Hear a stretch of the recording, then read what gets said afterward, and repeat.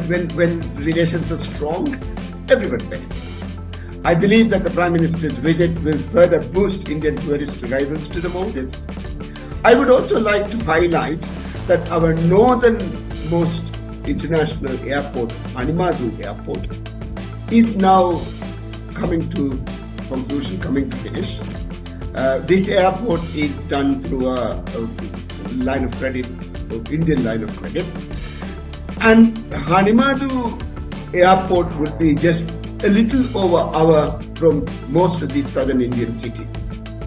I think there is big opportunity for both countries to benefit. Once operational, it will place Maldives within easy reach of Indians, and we welcome our Indian friends. Please keep coming to the Maldives. I think Foreign Secretary has given a comprehensive briefing.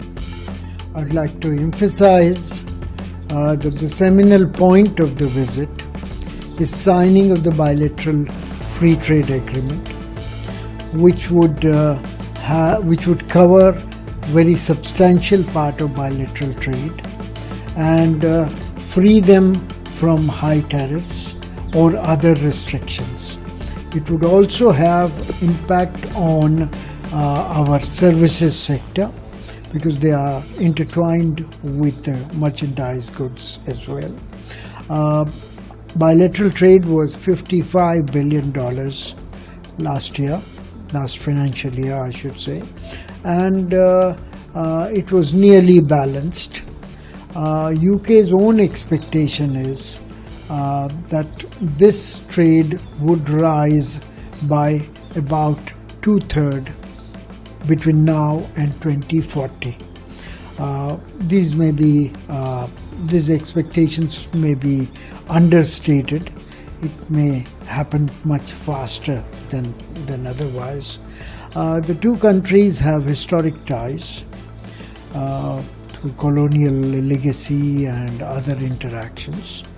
Relevant to note that India overtook Britain as world's 5th largest economy 3 years ago, and now it has already crossed Japan to be 4th largest economy.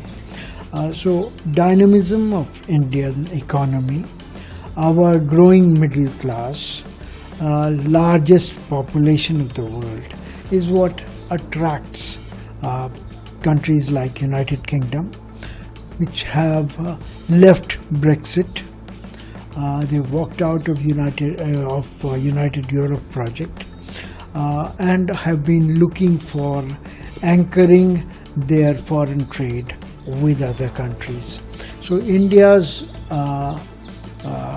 profile matches what UK wishes to have as a big market, and we on the other hand have large expectations from the UK as not only as a market but also as a source of technology, as a source of transit goods, because plenty of trade goes to Europe, Northern Ireland, Irish Republic, etc. from UK. It would also be interesting to watch how does this treaty impact on bilateral investment scenario. UK is India's 6th largest investor with a cumulative investment of over $35 billion. Similarly, India is a large investor too in UK with over $20 billion invested. More than 1,000 Indian companies work in UK and have over 1 lakh jobs in that country. So it's overall an already very substantive relationship, but can go much deeper through this agreement. About non-economic part, one should add that UK has often acted in a whimsical manner, trying to divide and rule India with its neighbors, trying to play it both ways between India and China, act as a bridge between various parties such as EU and United States, etc.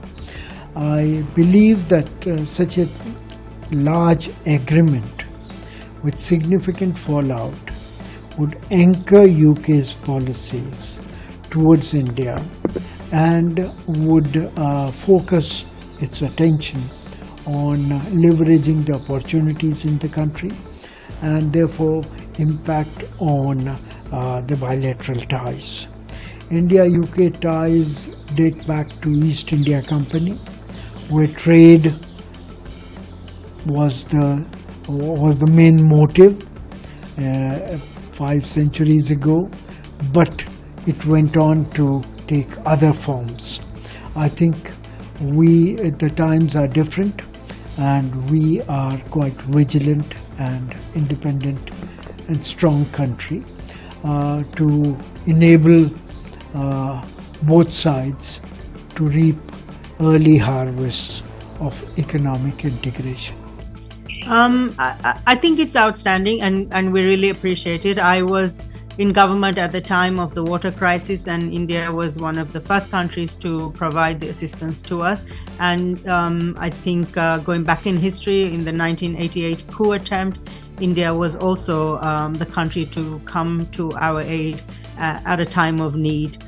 In the tsunami, obviously, as well, we had many countries that did support us. So within the region, I think Indian Ocean region, with India being the biggest country and the biggest player in this region, India has a responsibility for maintaining peace and security and ensuring at the same time that it respects and works with the other countries in a way that does not undermine those countries' viewpoints and their ways of moving forward on particular issues. So that's something I think that is very important to maintain, and I fully expect India to respect Maldives in Maldives' viewpoints and stands, though we are a small country.